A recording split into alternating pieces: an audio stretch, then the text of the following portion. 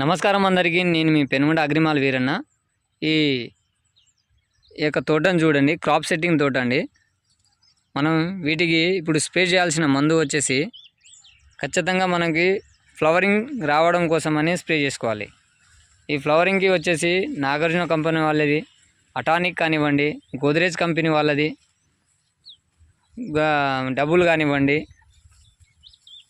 మళ్ళీ కొరమండల్ కంపెనీ వాళ్ళది ఫ్లాంటాక్ కానివ్వండి, మళ్ళీ చూసుకుంటే మళ్ళీ మన గరుడ కంపెనీ వాళ్ళది చమత్కార్ కానివ్వండి, మనం ఎటువంటి అయినా పురుగు మందులలో మనం పిచికారీ చేసుకోవాలి అండి.